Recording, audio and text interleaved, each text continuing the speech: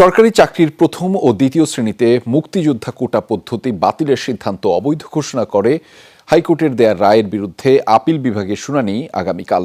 আজ বিশেষ চেম্বার আদালতের বিচারক আশফাকুল ইসলাম দেন এই আদেশ। রিটকারীদের পক্ষ থেকে চেম্বারে আবেদনের প্রেক্ষিতে দিনটি ধার্য করা হয়।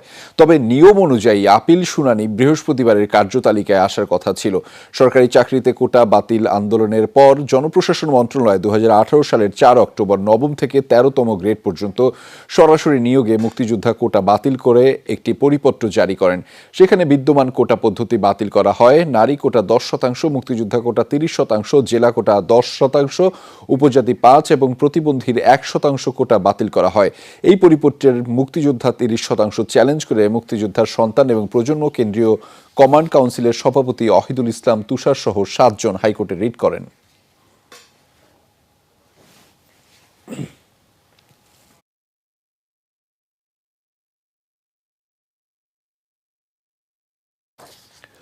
দর্শক, এ বিষয়ে আরো বিস্তারিত জানাতে বার্তা কক্ষ থেকে আমাদের সাথে যুক্ত রয়েছেন সহকর্মী মহিউদ্দিন মধু।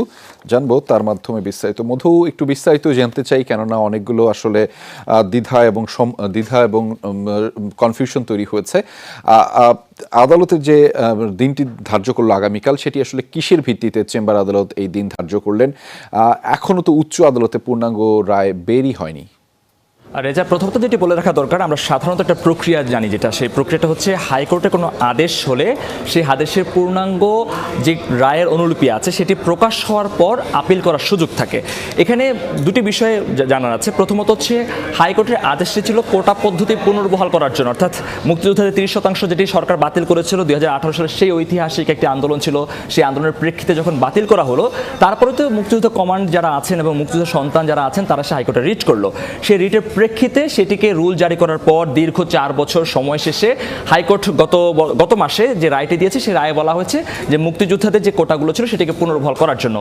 এতে করে কিন্তু সরকারের যে পরিপত্র ছিল সেটিকে কিন্তু চ্যালেঞ্জ করা হলো, অর্থাৎ সরকার যে সিদ্ধান্ত দিয়েছে সেটিকে হাইকোর্ট মানলো না বা হাইকোর্ট তার বিরুদ্ধে আদেশ দিল। সেই জায়গা থেকে সরকার পক্ষ অর্থাৎ রাষ্ট্রের অ্যাটর্নি জেনারেল তিনি কিন্তু আপিলটি করেছেন আপিল বিভাগে এসে।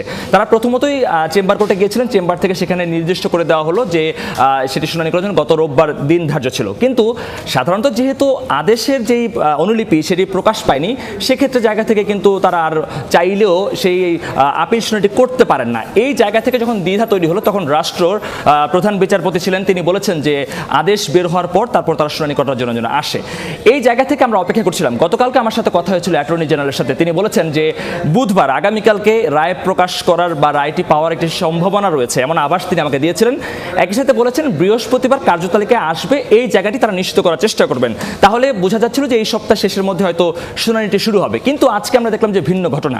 সাধারণত আপিল বিভাগে এখন আর রাষ্ট্রপক্ষে যাওয়ার সুযোগ নেই, যেহেতু কজ লিস্টে আসার কথা বৃহস্পতিবার। কিন্তু যারা মুক্তিযোদ্ধার সন্তান অর্থাৎ যারা এই কোটা চায়, তারাই এখন রাষ্ট্রপক্ষের কাছে অর্থাৎ চেম্বার আদালতে আজকে গেলেন। অ্যাডভোকেট মঞ্জুরুল ইসলাম, যিনি হচ্ছেন আওয়ামী লীগের প্যানেল থেকে যিনি নির্বাচন করেছেন, এখন আইনজীবী সমিতির যিনি সাধারণ সম্পাদক, তাকে আজকে নিয়ে তারা চেম্বার আদালতে গিয়েছেন। গিয়ে এই বিশেষ চেম্বার আদালতের মাধ্যমে তারা কালকের দিনটিকে নির্দিষ্ট করলেন। অর্থাৎ রায়ের কপি না পাওয়ার প্রেক্ষিতেও কিন্তু যদি যারা রিট করেছেন তারা চান, তাহলে কিন্তু শুনানি করা সম্ভব। এই জায়গা থেকে কিন্তু শুনানিটি করার জন্য, দিনটি ধার্য করার জন্য তারা চেয়েছেন। সেই আবেদনটি মঞ্জুর করেছেন চেম্বার আদালত, যার প্রেক্ষিতে আগামীকালকে শুনানিটি হবে। সেটি তো বললেন, কিন্তু আমরা যেটা জানি এবং আপনিও বলছিলেন, আপিল তো করেছে সরকার পক্ষ এবং সেটি নিয়ে একটি দ্বিধা তৈরি হয়েছে। তাহলে রিটকারীরা ঠিক কেন আবার চেম্বার আদালতে গেলেন, সেটি নিয়ে একটু ধোঁয়াশা তৈরি হয়েছে নিশ্চয়ই মধু।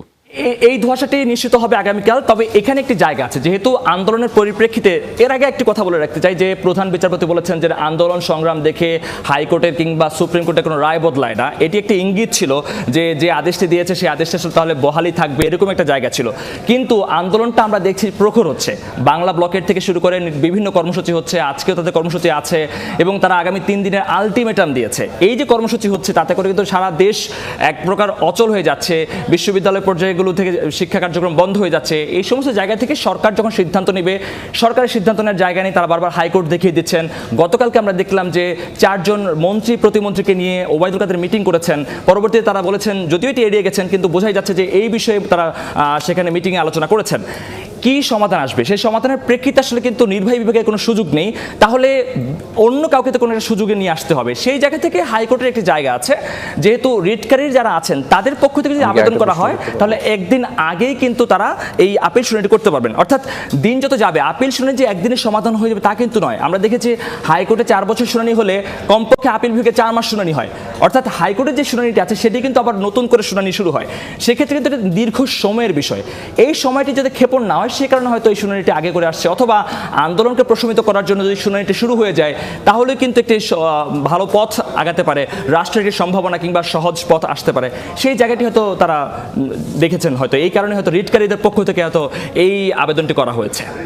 নিশ্চয়ই আমরা সেটির অপেক্ষায় থাকবো। ধন্যবাদ মধু আমাদের সাথে যুক্ত হওয়ার জন্য, এবং আপনার মাধ্যমে বিস্তারিত এই খবরের এই সংবাদের বিস্তারিত জানছিলাম তথ্যগুলো।